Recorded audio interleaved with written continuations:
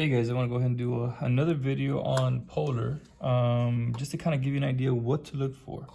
So they're going to give you, I think they're going to give you a polar. If not, they'll give you a parametric, but they've been giving you guys polars every single year. So I'm pretty sure, I think you should expect something like this. So this is from number 5, 2018.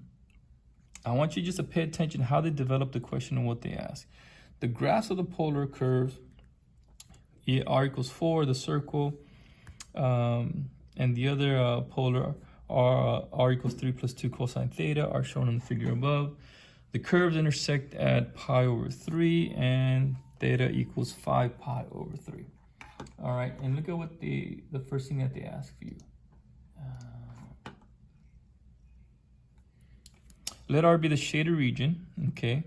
And it says find the what? Find the area of R, okay? Now, the only thing you got to remember, guys, for this guy is what's the outer radius. And don't forget the half as well. So from here, what's the outer radius? You want to draw it out. There it is. So it's going to be that circle. All right, so we'll go ahead and do this here, A. So the area of these polar curves is going to equal to 1/2 the integral. And they tell us where they intersect, from pi over 3 to 5 pi over 3. And that's pretty straightforward. 5 pi over 3. We got two curves that are intersecting, so we're going to have the outer one, which is 4. All right, and don't forget, you got to square that, minus, and then the inner one, which is to be this little guy right here. Okay, and 3 plus 2 cosine of theta, square that guy, d theta. Whoops, I'm so sorry, guys. And that's it. That's it. Okay. It just says write an expression involving the integral. And that's all you have to do, guys. But I want you to see what's the first thing they ask us? Area. Area. So just be ready for that. Don't forget that 1/2 on the outside, okay? But it's pretty straightforward when they're talking about polar curves, guys. For part B, it says find the slope of the line tangent to the graph. Now remember, in the one I did before 2019, they also had a question where they incorporated slope with the polar, that connection. And for this one, they asked me, okay, find the slope of the line tangent, just the slope to the graph of this polar curve, all right, at theta equals pi over 2. So what I wanted to do, just to save some time, I went ahead and did it on another piece of paper right here. And if you notice, guys, okay, whenever they ask me to write the equation of the line, I start off with this, but in this case, they only ask me for slope.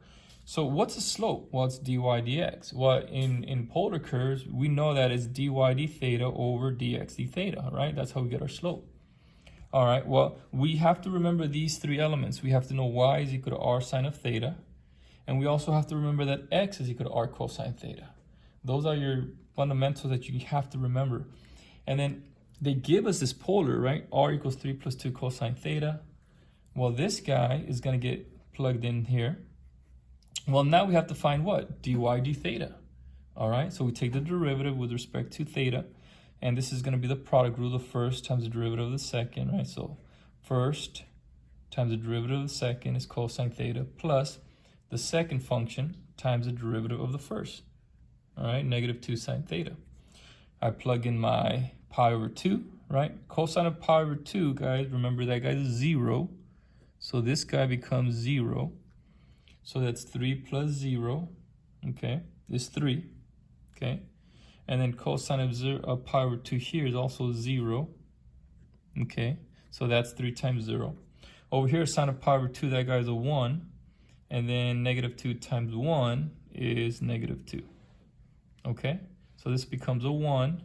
This becomes a -2, and you end up with -2. So dy d theta is -2. Pretty straightforward.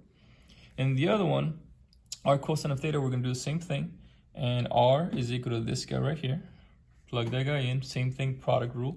So the first times the derivative of the second, okay, plus the second function, cosine theta, times the derivative of the first, -2 sine theta. I didn't distribute, I didn't do anything of that. I just went ahead and plugged in my pi over 2, okay, because I knew I would have to evaluate it. So cosine of pi over 2 I know is 0, so 3 plus 0 is 3. And then sine of pi over 2 is 1, so this becomes negative 1. Cosine of pi over 2 is 0, and then this guy is 1, so this is 0 times 2, and that gives me negative 3. Pretty straightforward. And then I go back, substitute it, you end up with 2/3. Okay, negative 2 over negative 3 gives you 2/3. So pretty straightforward, but what I want you to see is how they make that connection between the polar and the linear, the slope. Okay, so just keep that in mind when you're going into the test.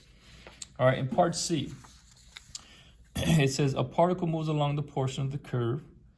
All right, between 0 and pi over 2, the particle moves in such a way that the distance between the particle and the origin increases at a constant rate of 3 units per second. What does that mean? So this guy's going around this polar curve, the distance the particle increases from the origin, okay? So this is the radius, dr dt, is going to be 3. It says find the rate at which angle theta changes with respect to time.